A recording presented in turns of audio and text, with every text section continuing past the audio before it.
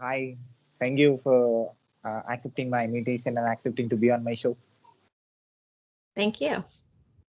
So I've gone through a profile and I came to know that you are a CEO of a startup company, and I thought to tell about your company and about the work, about the services that you are providing to my audience and to the world. Wonderful. So can you please introduce yourself? Yes, my name is Jennifer Strout. I'm the CEO and founder of MotivateU. So you're from? I'm from Northern New Jersey, but I currently live in Virginia.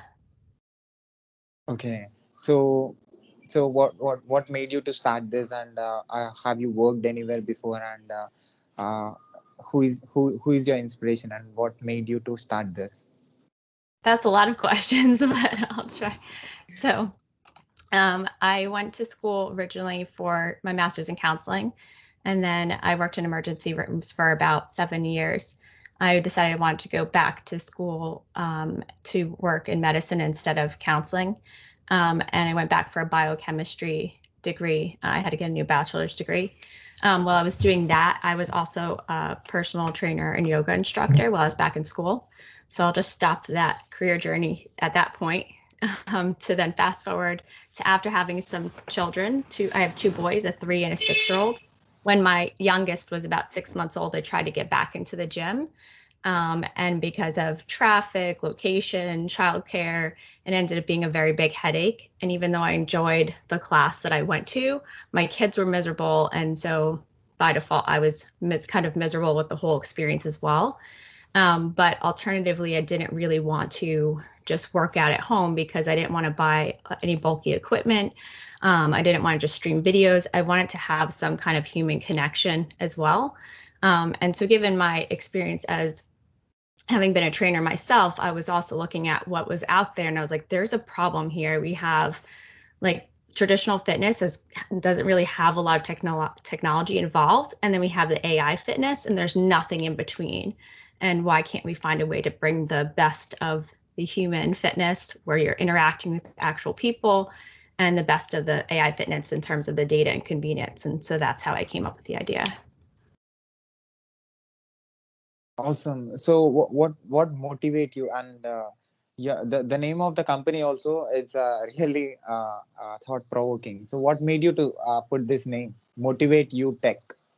Okay, so yeah, so our handle on Instagram and Twitter is MotivateUTech, and then the company is just Motivate You Incorporated. But I went with Motivate You instead of some really techie name or some jargon because I wanted it to be accessible to everybody. So with some of the competitive products that are out there, you have to spend a ton of money and get locked into buying, very expensive equipment. Whereas our technology works on any mobile device. So you can use your phone or a computer. You don't have to buy any extra equipment. And so with it being more accessible, I thought the name has to be accessible too, right? If I make it some name that's very hard for people to understand, or they think they don't get it, or Greek letters like somebody suggested to me, then people might not even look into it because they might think it's not for them. This is too techy. But for the interface and where people interact, it's actually very easy and friendly and familiar to people. And so I wanted the name to be that as well. So when you founded this? So this past Tuesday was the 1-year anniversary. So the company was founded on August 17th, 2020. It was actually on the 16th, which is the anniversary of my late grandmother. But the 16th of August in 2020 was a Sunday. So legally it's the 17th, but I celebrated both days. So happy birthday first to your company, and yeah. So how many people are working, and how many people you have started this? So we have 21 team members now, and the first people I got on the team have advisors, board members, people like that. So everybody is still on the team except for one person that was originally part of the crew in the beginning, and then some interns when they've finished their process. But some of our interns have also come on to continue on the team in paid positions as well. So what exactly the concept is? Okay. So if you're familiar with any of the type of other technology that's out there, what currently exists on the market is that you can buy different types of equipment and then sync up to AR bots. So some of them are very lifelike. They look pretty human, but at the end of the day, you're not connecting to an actual trainer or fitness instructor. You're connecting to a computer, and then it gives you feedback on how you're doing your workout.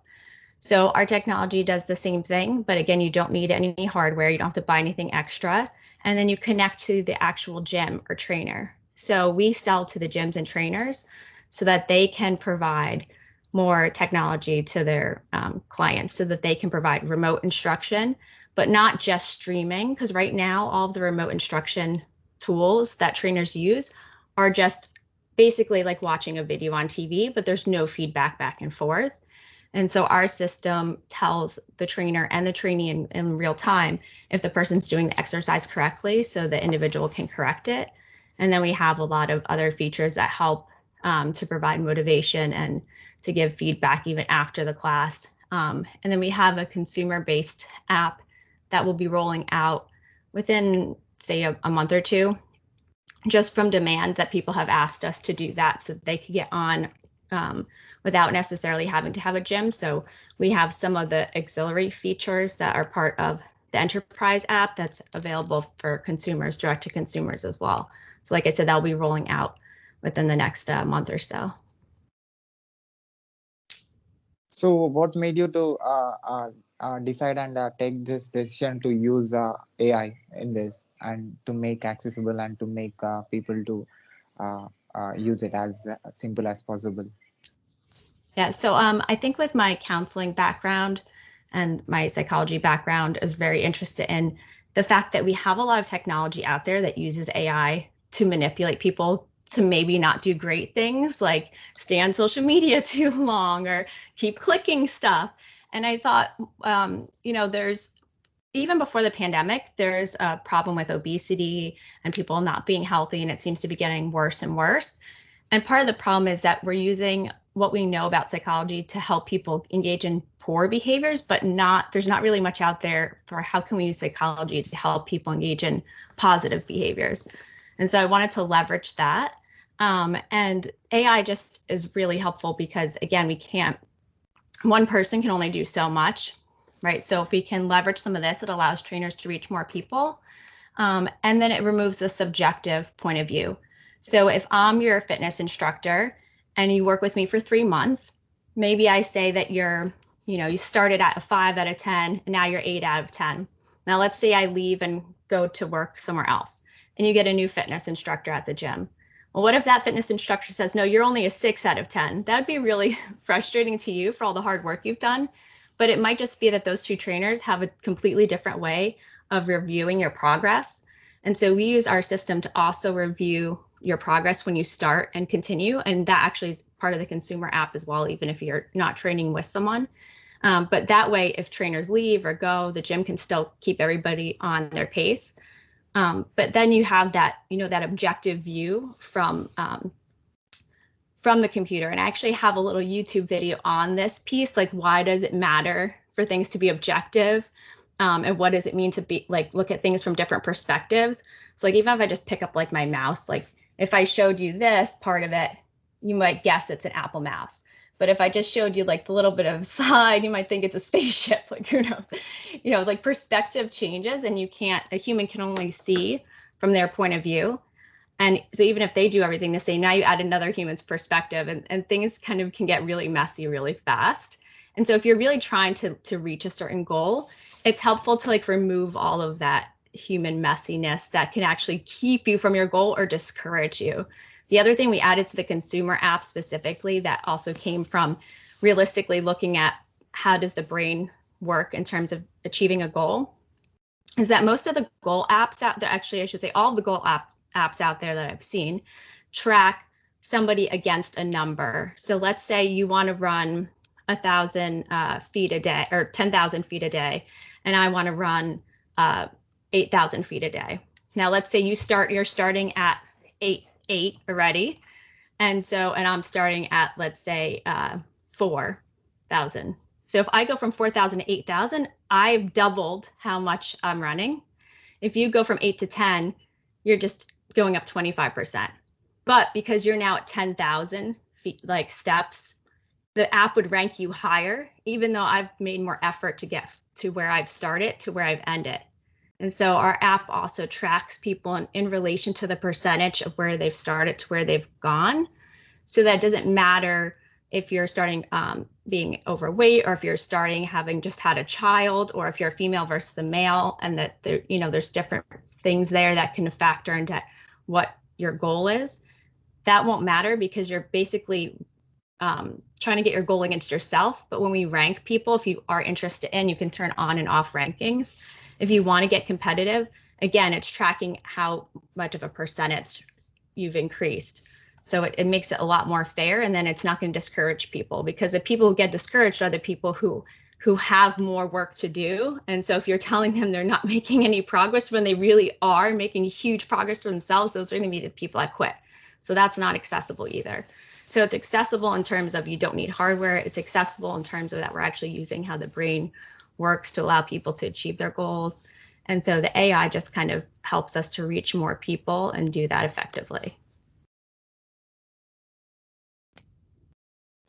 So, as a person who has the sports background and also have this tech background, it seems for me it looks very interesting. You're putting your mind on the psychological aspect of the human being. At the same time, you're trying to connect that psychology with the tech, and it seems you did a lot of study in this. I think your background, the work experience of your helped you a lot in making this possible. Yeah, definitely believe so. So what is the compliments that you are getting after implementing your thought? What kind of compliments? Yeah. What is the response that you're getting? Yeah, so unfortunately, the pandemic has probably helped this process. This idea has come along before the pandemic, but it's definitely been received that people, again, needed a solution beforehand because they weren't able to keep up against AI fitness, and AI fitness was helping to take away jobs from traditional fitness. But even more so now, it's become kind of like a saving solution for people on the gym side and then on the trainee side.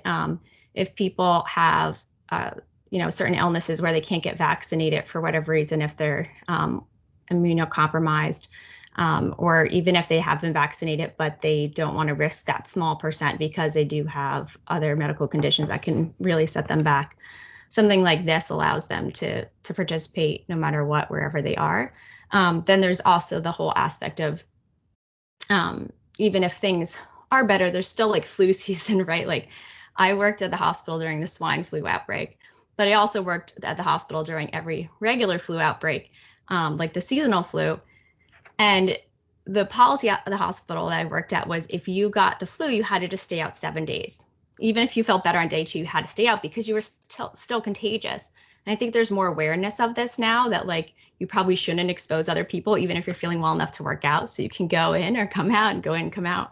Especially northern states in the United States really are getting hit hard with like the pandemic when things are closing. It's like, well, now if it's snowing, we can't really do classes outside. Or if it's raining, now what do we do with that class, that gym class that we were holding? Because now we just have to cancel it, and then we can't. When do we make it up? We have other classes scheduled. So I think that this is just kind of come at the right time for a lot of people.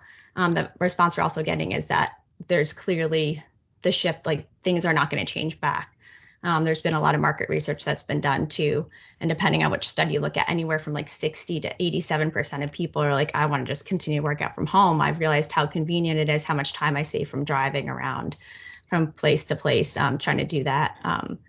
And so, yeah, it's been positive, and it's unfortunate that the pandemic has helped the product in some ways. And it's very unfortunate that the pandemic has also increased weight gain. In the United States, there was a study done recently, whereas like the people who had gained weight, it was like an average weight gain of over 30 pounds per person, which is, due to stress and also just lack of like accessible food. Like I don't know how it is where you are, but even now, like if I go to order something from the grocery store, if I go in, there's just sometimes like full aisles that just have nothing on the shelves. Like they just have random outages of food. So you were trying to get a certain thing, you don't know if you're going to be able to get it. So you just, a lot of people have been defaulting to not eating very well. So yeah, the response has been positive, unfortunately, in some ways because of a negative worldwide event. So is this web-based app or mobile app? So the enterprise is desktop first, just because the amount of data that we provide to them, it seems like that's the way that most people want to receive it. I think to myself, like if I'm looking at an Excel spreadsheet on my phone, I can do it, but it's not ideal. Whereas the consumer app, we're going mobile first. So we're doing one of each for either. But the desktop app, you can run it on a browser on your phone if you want it to do it on your phone. It does work. We've tried it outside. People have held classes outside.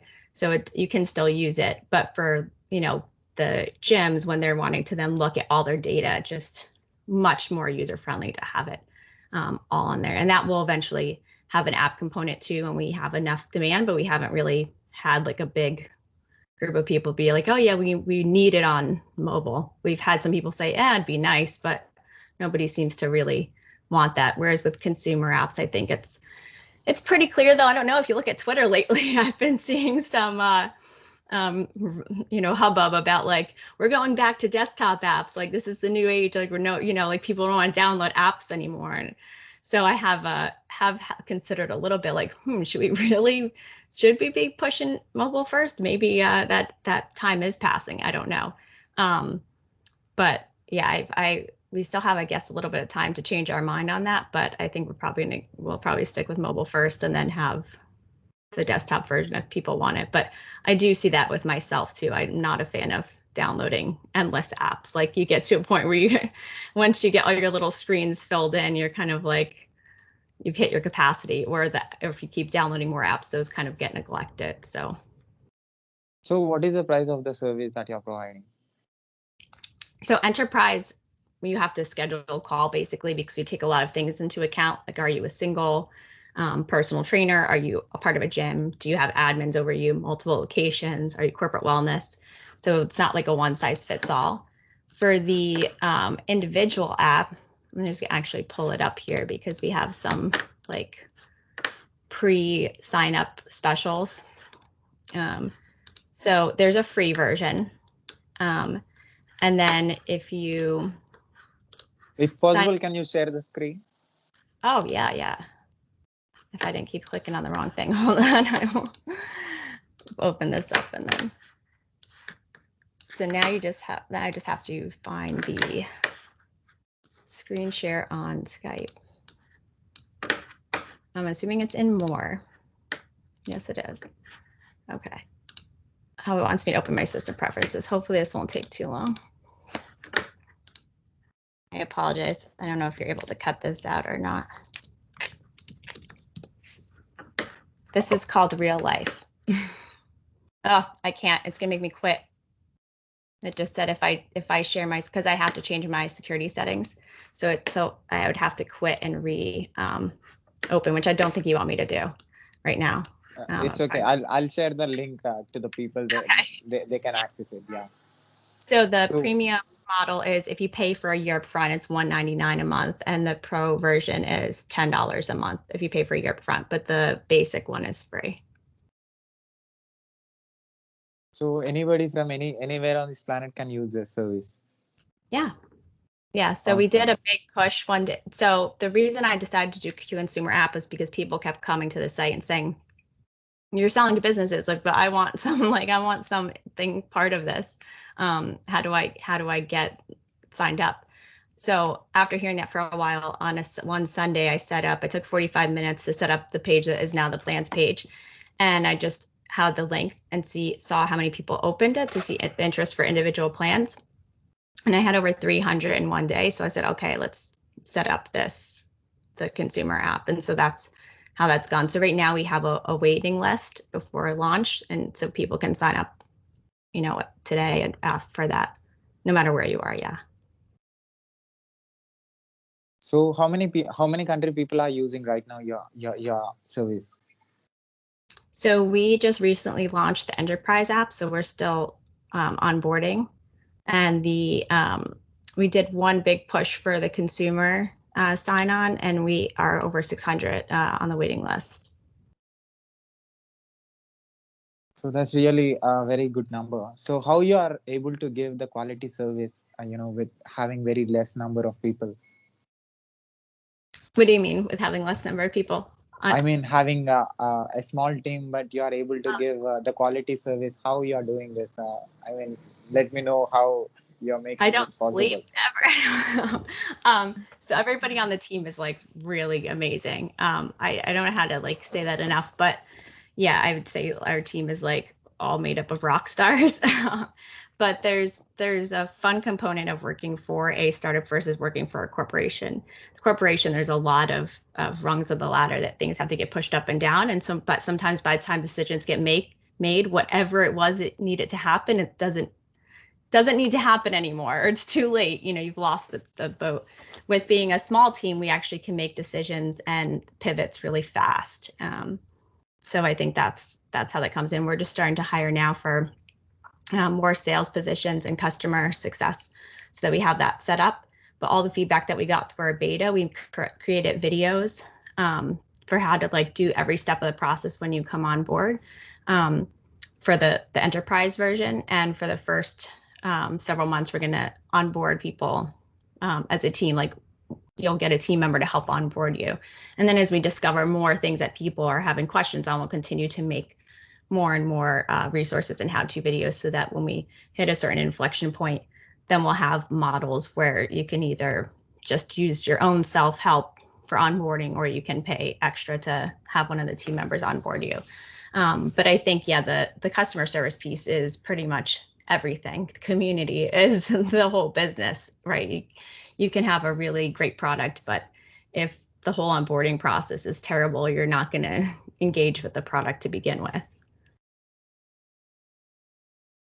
So tell me about your clients before connecting with MotivateUTech and after connecting to MotivateUTech. So what are they? What is the change that they are experiencing? Yeah, so like I said, we're just onboarding because it took a little bit to get ramping up. So with our products, we have a patent pending, and we are using a lot of machine learning, and so it definitely took longer than throwing together. If we had gone to consumer app first, we could have rolled it out faster, even though we are using machine learning in our consumer app as well. But we're not at the point where anybody's been using it long enough where we can have those kinds of metrics, because we just went live with the product, like the enterprise product, less than 10 days ago. So we'll have to do a follow up to get those. So for new beginners, I mean newcomers, they are not connected with any trainers before. So if they want to use the service, so what do you suggest them? What do you tell to them? Okay, so once the consumer app is available, obviously they can use that. But before the consumer app was even thought it to be an option, I had already come up with a plan when we were going full enterprise first. And that is, if you want to connect and let's say you already are a member of a gym and you really want your gym to use this, if you send over your gym's information and kind of make a referral, and we sign up your gym, then we'll give you your gym membership for your first year for free, whenever you normally pay for that gym membership. If you don't have a gym yet, that's where this new consumer app will kind of help, because you can then elect to sign up with one of the gyms that's already in our system.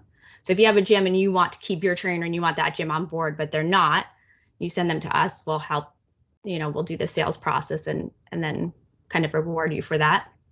Or if you don't have a gym at all and you sign up through the consumer app, then you could request to set up with one of our the gyms that's already on board, which is another nice feature for the enterprise and the gyms and the studios, because if they get on early, they're going to rank higher than when people are searching to add on. So it also kind of serves as a way for them to get new clients. So tell me about AI. So how it is helping your clients and to the people who are getting trained, how it is affecting them, and what is the difference that is offline training and online training? Yeah, so the biggest, like the core difference is with the metrics. So being able to, from the beginning, I guess getting that baseline assessment, and then the assessments going forward. Then you also have all the data that you're getting from the classes. Is the person in synchronization with your movements or not? And then we have an insights feature that basically allows, whether you're a gym trainer or an administrator, whatever level you are, to look at, are there any patterns? So is there a pattern between one trainer? Is there a reason one trainer is always doing really well, or is it maybe the certain class that they're teaching? And it's not something about that trainer. Whereas is there something where this trainer is really making a difference, and then trying to figure out what that is. So right now, everything's pretty much tracked by paper and pencil. And then a lot of gyms just don't have the time or capacity to ever see if there are any connections. But anything that is set up through the system, we track, and then we see if there's any correlation between things. So we can kind of alert the gym. Like, it looks like if you have, trainees come to class 3 times a week, their retention is, 5 times as big, or whatever it is. Or if this one trainer, his clients are staying on, has better client retention than anyone else, regardless of all the other factors that we're controlling for. So it's not just the class he's teaching, it's this trainer's the difference here. So we track all of those things. We also have an NLP model, natural language processing, that allows the trainers to send automatic messages to the trainees. So let's say somebody's always late for class. If they're late, like a certain number of times, it will trigger like, oh, we saw you were late.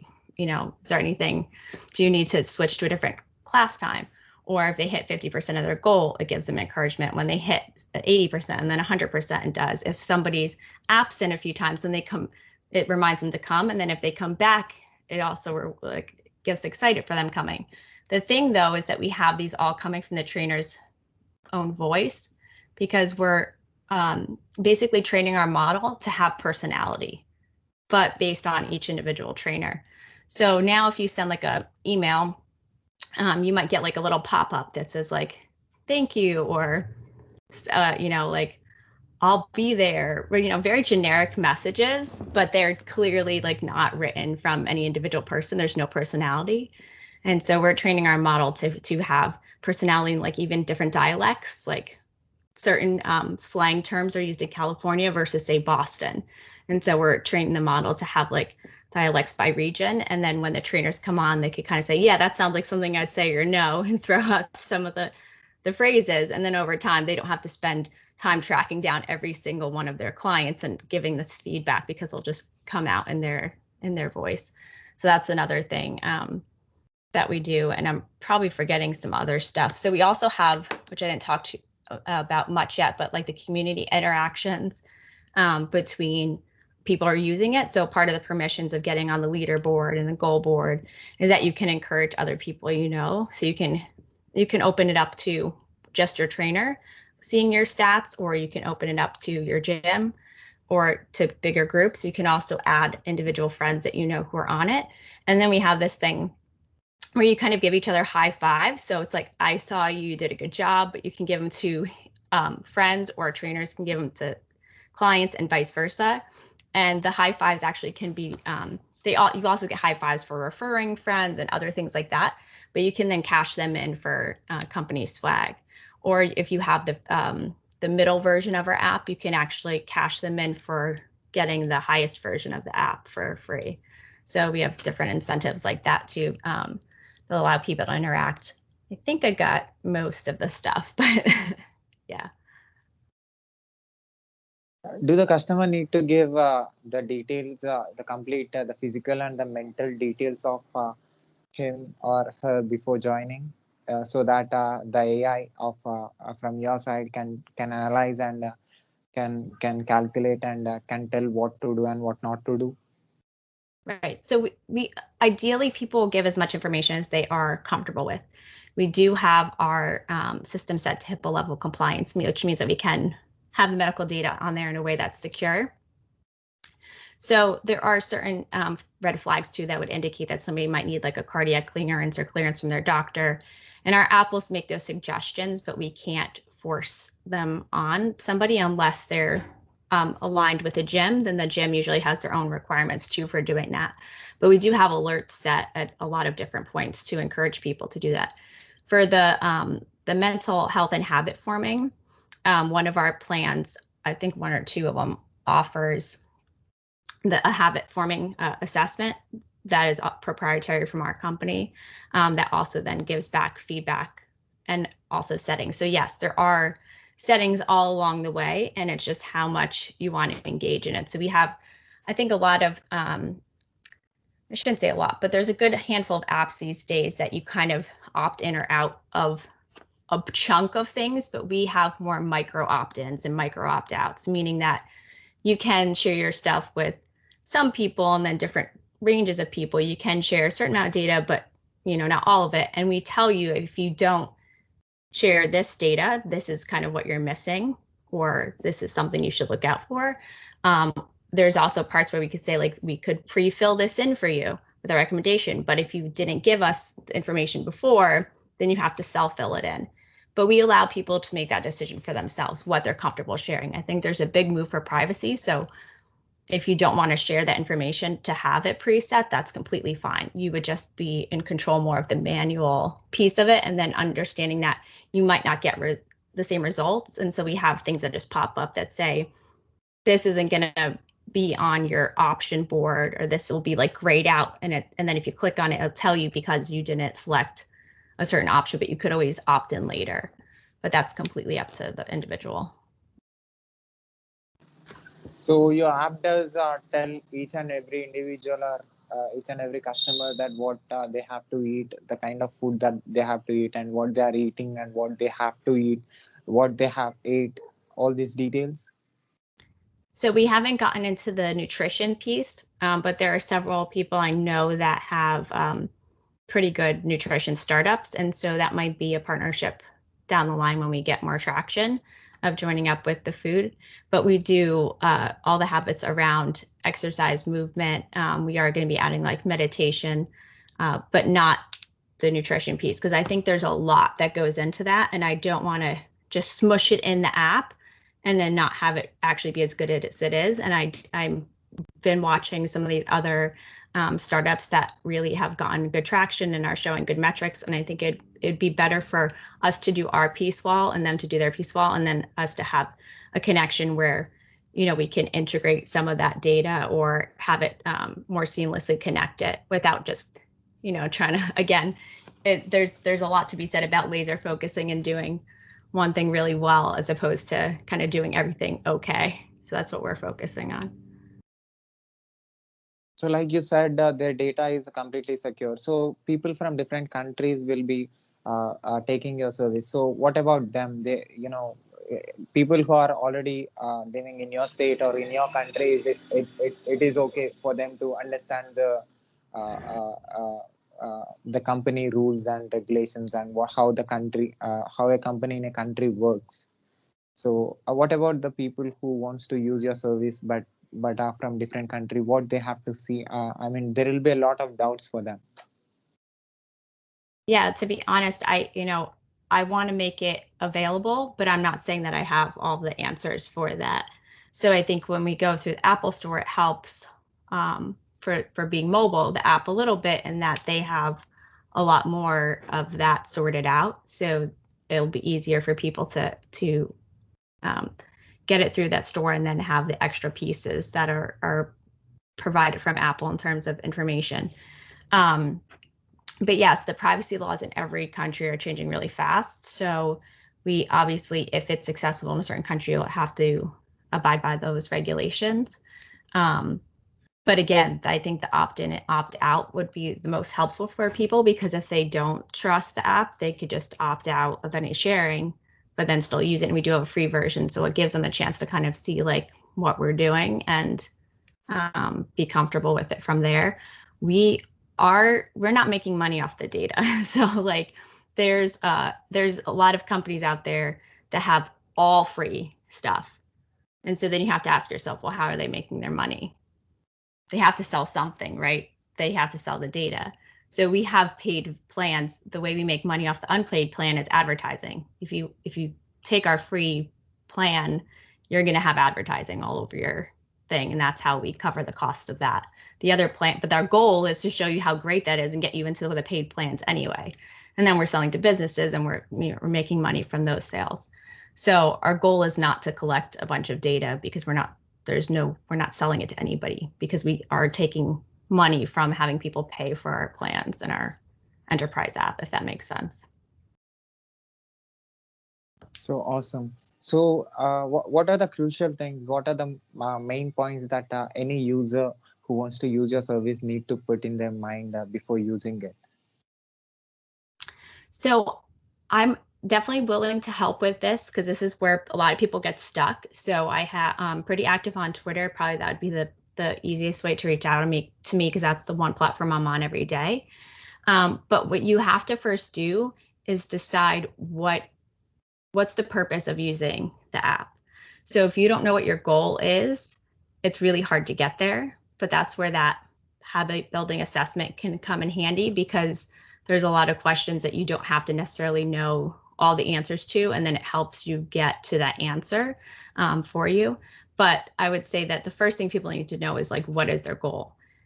If you know you want to be healthier or live longer, I can help you get to the micro goals that you need to set up to get there. But people at least need to be able to answer that last question, like, where do I want to be in 3 months or a year? Like, why am I doing this to begin with? And then we can build up the motivation. It's also important as a consumer, if you're getting into any type of fitness and have never done it before, to be realistic with yourself. It's much better to walk an extra 10 feet a day than to say you're going to walk 1,000 tomorrow and then just never do it because it's just too insurmountable. That's a very silly example, right? Because like 10 feet is nothing. But the point is, like, you shouldn't try to match yourself against what others are doing, which is why for our app, it doesn't tell you like, oh, you've done 20,000 to the public. Like if you decide to be on a public leaderboard and I did 10,000, it just says you are 80% of your goal and I'm at 90% of mine. But the actual hard number is not there. So you don't have to worry about what other people's actual hard numbers are. You're just having to say, like, I want to get better each day, right? And so like baby steps are really big with that. There's also a lot about keystone habits. So things like making your bed have been shown to be a keystone habit. So there's been so much research on that. If you make your bed every day, you can come up with a bunch of habits that follow from that. So you want to kind of like put your habits like in a line, like where after I make my bed, then I brush my teeth, then I get dressed, and before you know it, you're just doing these things. So then if you already have a few things that you do every day, we can put in the exercise into this routine where it just becomes something that you're not even thinking about. You're just going along, and the next thing you know, you're doing it. And there's actually habits can get so ingrained that people who have good daily living skill habits, so just those regular things, making your bed, brushing your teeth, brushing your hair, and stuff that you just do on a daily basis, people that have a good routine for that are able to live longer outside of homes if they have Alzheimer's or dementia, meaning that they're able to live independently longer, because the brain literally, even when all other things start to fail, those habits stay in place. So we can build up from what you're already working on. And like I said, I'm happy to help people with that. My DMs are open also. So do they get notifications like email notifications or SMS or whatever in order to get the information? Yeah, so that was all part of the privacy setup, like what you want to opt into or opt out of. I mean, when they are starting, like you mentioned in the beginning, they'll get messages like hi, high five, like that. So if they are late, you're like they'll get a message like that. Is there any that kind of a messages that they get through the mails if they miss the class, or if they are unable to attend, or if they are unable to attend, can they send any message to the machine or to the software? Yes. So that's all, again, like it's housed within the app. And then if you want those notifications to go outside of the app, then you can allow that. Otherwise, they'd stay inside the app. Obviously, if you want to form the habit, you're going to probably want to make that easy as possible and have those reminders in place. But if you don't want to have them, you can turn them off. So what are the network specifications that anybody who is using the service need to have? So we are. I've tried it on. We're pretty good with the top 10 browsers, but Chrome has the least bugs. Let's put it that way. So if you have Chrome, we're also going for the mobile app version of the consumer. We're going iOS first, just because more of the people who are interested have iOS.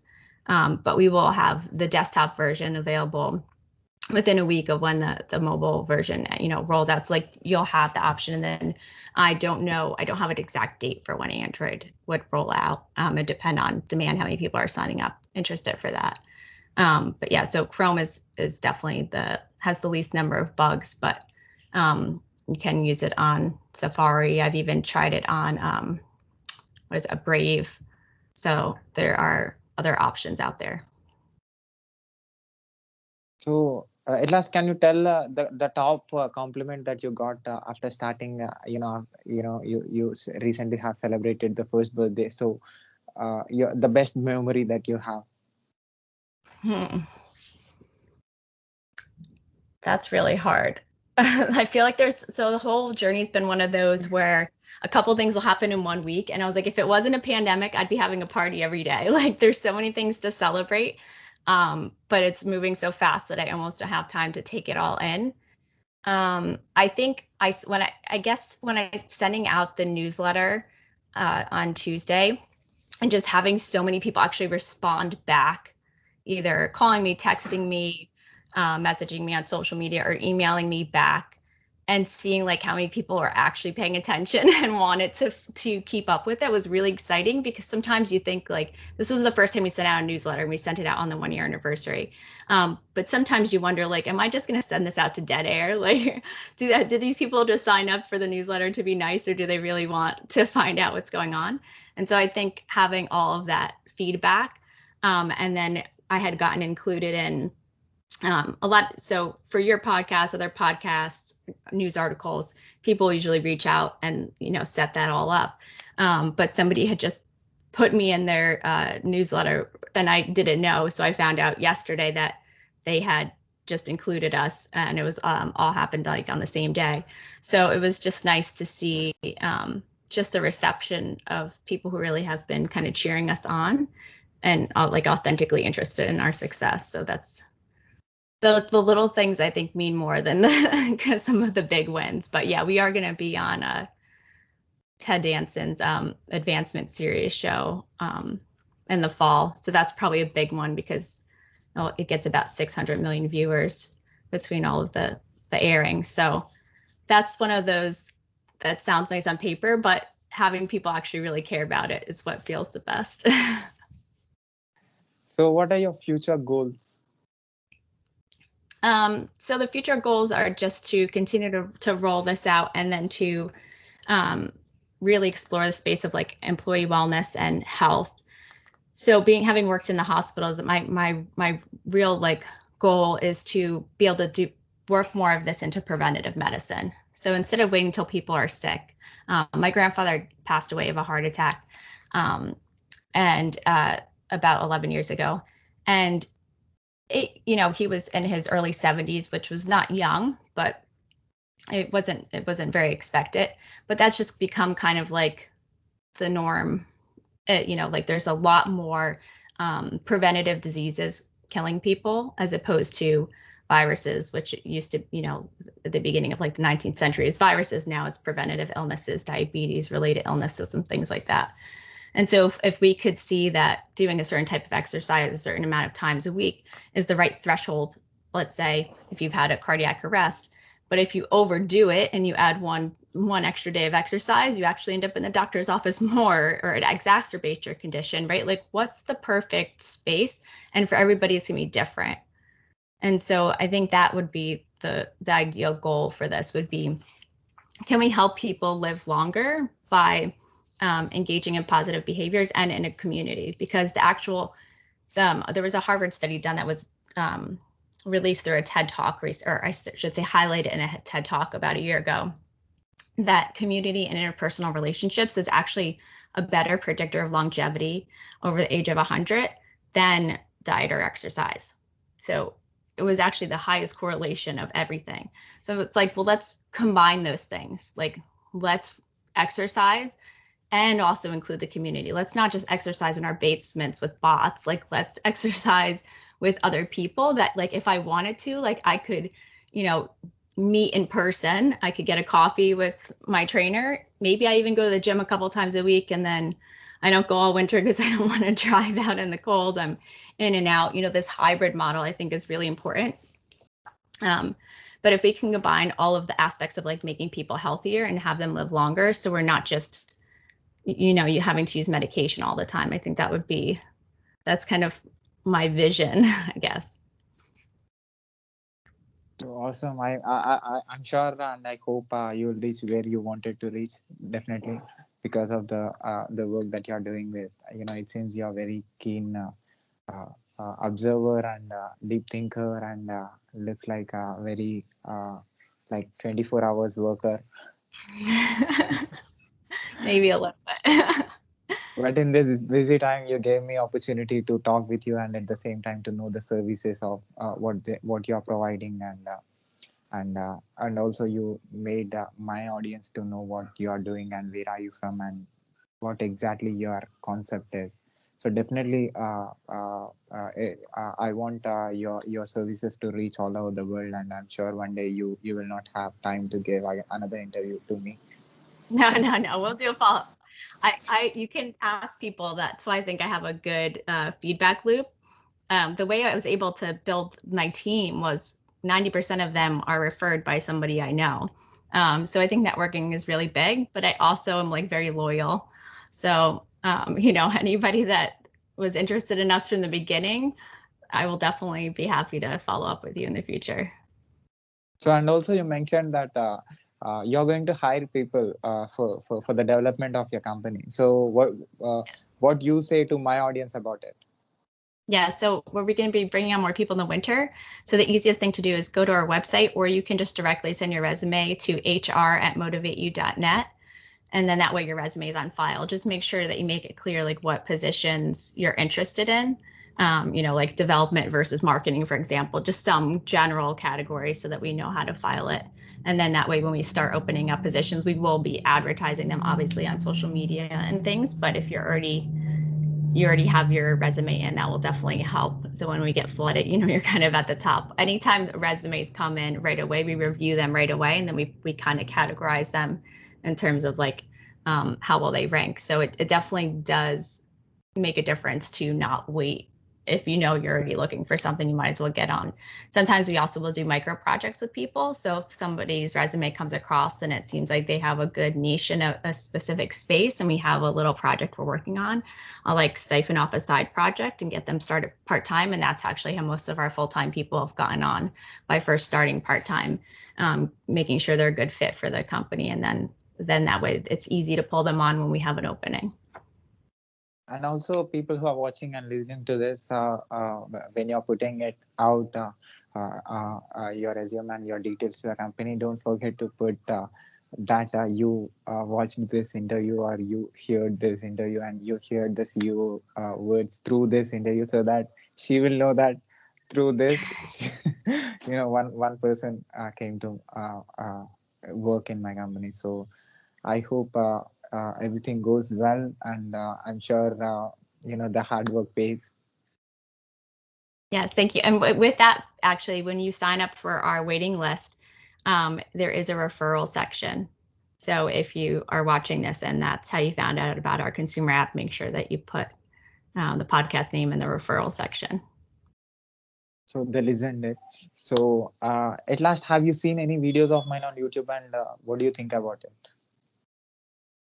Yeah, so I've seen some of the interviews that you've done, and I think you need more startups. I'll send some more startup founders your way. So as a CEO of a company and as a person who interacts with a lot of people and as a person who works for 24 hours in a day, so what do you say about my work, me talking with different country people who are into different professions and who are into different religions and have different complete backgrounds, and also people who are into tech industry for 20 plus years, me talking with those people and trying to put the work that they are doing on the public, and what do you say about me and what do you think that is working for me to make things possible? Yeah, so I think it's good for people to have an idea of what it's actually like working at different companies and to have an idea of the personalities of some of the people at those companies. I think there can be a lot of like fear around even like applications for jobs if people are not seen as human and it's just this big like company like with this big and it's hosted in this big building and oh my god, these people with all these experience, it must be so hard to talk to. And then when you see and hear the different interviews of all different types of people, then you could say which ones resonate with you and which ones don't, and that will help you find the good place for you to be as an employee too, because I would say at least like a quarter of working at a particular company has nothing to do with the work you do. It has to do with the relationships and the different people and the team that you're part of. And so like if you're ever like really miserable doing a job, don't always assume that it's the work that you're doing. Like you have to evaluate if it's the environment. And so I think you're allowing people to have access to like kind of like the inside of like what is it like to know these different people and make it less intimidating, and then also like more authentic. So thanks for your observation. I'm sure after this a lot of people will know your services, and also I wanted people to connect with you and collaborate and make it bigger. Wonderful. Thank you. I really appreciate it. Can I put this video on my YouTube channel with your permission? Absolutely. Yeah, and also can I put this video and audio clip on my website, podcast, social media, internet, everywhere with your permission?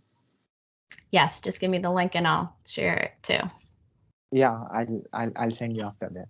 Yeah, Okay, perfect. yeah. Thank you again for your time and for your words. Thank you so much. Have a Yeah, great day. bye.